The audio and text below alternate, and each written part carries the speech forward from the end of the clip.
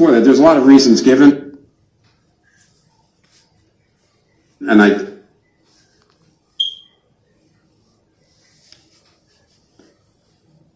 we don't have time to go into them. One of the reasons, of course, is God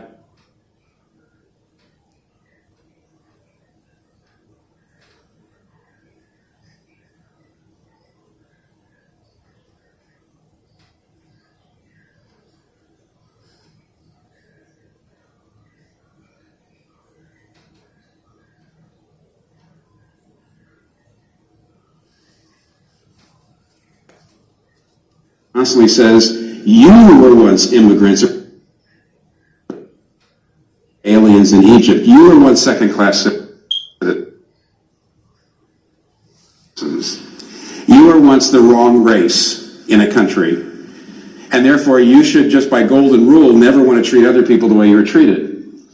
Also, there's plenty of talk in the Bible about the fact that we're all of one blood.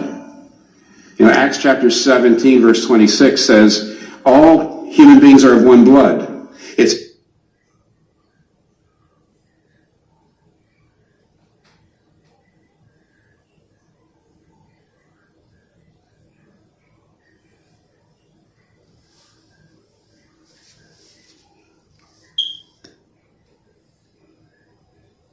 also interesting, even in that passage I read you, Isaiah 58,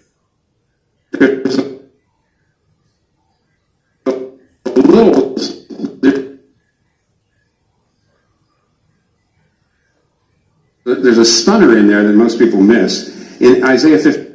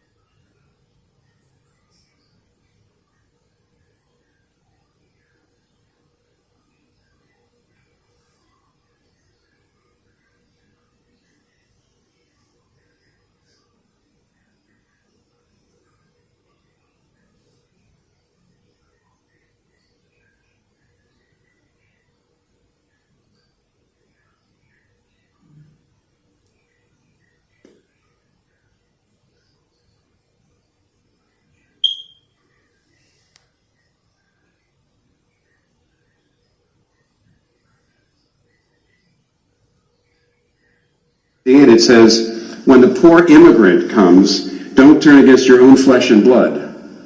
That was in Isaiah 58. Do you remember that? Don't turn against your own flesh and blood. For God to say, at that time, all societies were patriarchal. Blood was the big thing, your family, your tribe. And for God to come and say, people of other races basically are your own flesh and blood, was a radical thing to say. And so the idea of equal treatment is very important. By the way, another issue is the Bible is death on bribery. Over and over and over again in the Bible, it talks about no bribery, like Isaiah 1:23. Your leaders are always accepting gifts and bribes, therefore they do not defend the orphans in court or listen when widows present their cases. That's really interesting.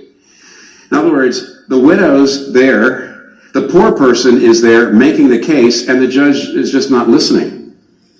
I'm sure Brian Stevens has never seen that ever happen.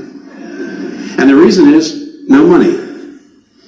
And the reason why the Bible is so down on bribery, and by the way, that I'm sure includes political contributions, is because the poor can't bribe. That's the reason bribery is so bad. So first of all, equal treatment. Here's the second aspect of justice. The second aspect of justice is special concern for those without power. You see, a lot of Americans say equal treatment. Absolutely.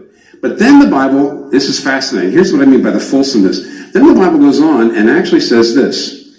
Proverbs 31, verse 8 and 9. Speak up for those who cannot speak for themselves, for the rights of all who are destitute. Speak up and judge fairly. Defend the rights of the poor and the needy. It doesn't say speak out for the rights of the rich, which means here the Bible is not calling for equal treatment, because the rich don't need you to speak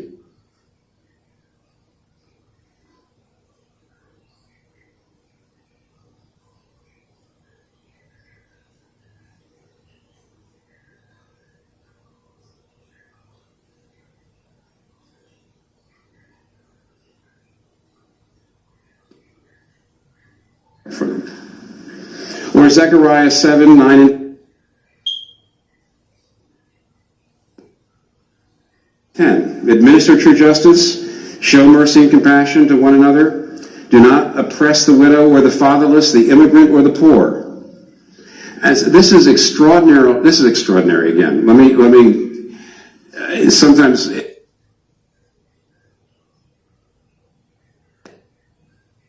it's hard because we've gotten so many of our ideas about justice and fairness and equality from the Bible that sometimes you read it and you say, oh, what's the big deal? Let me remind you of something. In Proverbs 14, 31, God says, if you would insult the poor, you would insult me. Proverbs 19:17 says, if you give to the poor, you give to me.